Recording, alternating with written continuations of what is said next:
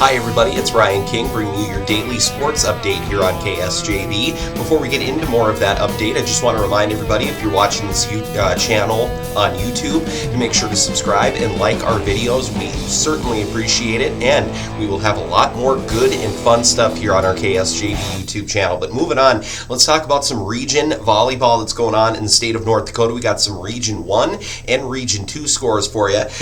In Region 1, Northern Cass defeated Kindred 3-2. Valley City got a win over Wahpeton 3-0. And Central Cass got a win over Lisbon 3-0. That is your Region 1 scores. In Region 2, Thompson defeated Harvey-Wells County 3-1.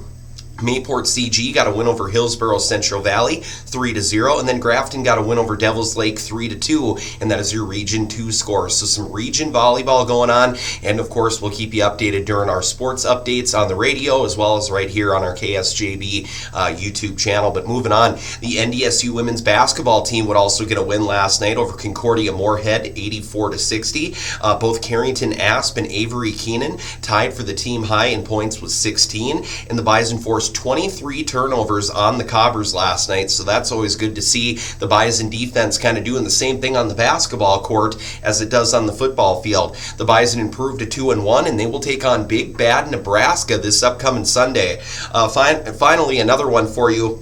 The Minnesota Timberwolves did make it 3 in a row last night with a win over the Utah Jazz, 120-113. Per usual, Anthony Edwards led the team in scoring with 35 points and 6 assists, and Julius Randle also did some scoring with 27 points as well as 8 rebounds. The Wolves improved to 7-4, working on them 3 wins in a row, and they will host the Sacramento Kings this Friday night. And finally, one other thing, I have the hat on. We got to talk about what happened on Monday Night Football last night. The Packers losing at home to the Philadelphia Eagles 10-7, and to say I was frustrated last night would be a major understatement. The fact that the defense of the Green Bay Packers held all those playmakers for the Philadelphia Eagles just to 10 points.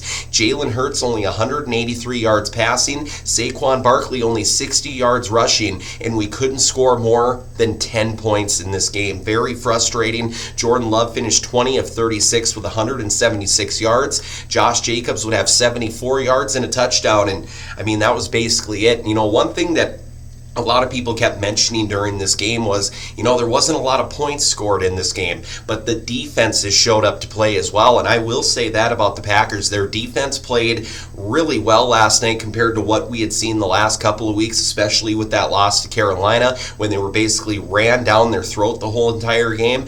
But it was really frustrating to see how the Green Bay offense responded after that bad loss to the Carolina Panthers last week. And I'm going to be honest with you, I don't blame Jordan Love for this. I don't blame Josh Jacobs for this. I don't blame the fact that we only had about 3 healthy wide receivers on this loss. I am blaming Coach Matt LaFleur on this loss. There was a lot of play calling in this game that just was not good. Situational offense on 4th and short or 3rd and short, and the play calls were just absolutely ridiculous. So I'm wondering if Green Bay needs to have that closed door meeting with Matt LaFleur and say, we understand you're the head coach. We understand that you want to be that play caller that wins that Super Bowl just like Sean McVay and all the other kind of guys throughout the years. But it's not working. It's just not working, and this offense seems to be getting worse and worse by the weeks. When I look at my little schedule here with all the scores on it from each of these weeks, I noticed that right away during the season we were averaging about 27 points per game, and in the last 2 weeks we've only scored 20. You can't do that and expect to win and expect to be a playoff contender. So Green Bay's got some work to do.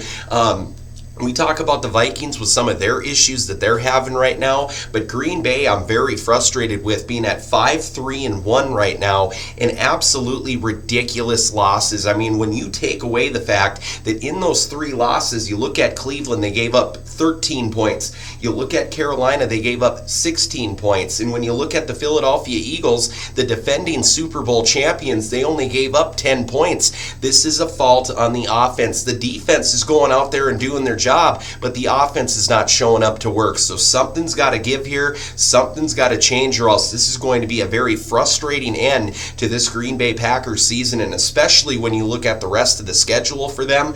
2 games with Minnesota, 2 games with Chicago, another one with Detroit. You also play the AFC West leading Denver Broncos and the Baltimore Ravens, who seem to be resurging now after they got through that hard part of their start of their season. So something's got to change, and it's got to change quick, and you can be looking forward to a lot of rants during the Buffalo City Blitz with Ryan King. So again, that has been our sports update here on KSJB. Want to remind everybody, make sure you go and download the brand new KSJB Sports app. We have all of our sports news as well as our sports broadcasts all in one place.